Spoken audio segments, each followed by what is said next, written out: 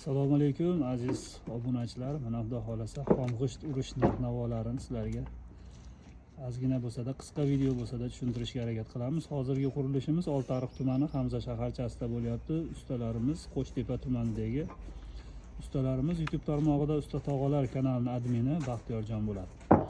Hozirda mana xomg'ishtlarimizni urilish jarayoni bo'lyapti. Xomg'ishtni bir donasini qo'yib berish 400 so'mdan 450-500 so'mgacha holatiga qarab. Aynan uyning ichida agar g'ishtlaringiz tayyor holatda, mana shu holatda uyning ichida g'ishtlar tayyor bo'lsa, 400 so'mdan urib berishyapti. Agar ko'chadan toshiladigan yoki mashinadan o'zlari tushirib oladigan bo'lsa, 450-500 gacha holati bo'lyapti.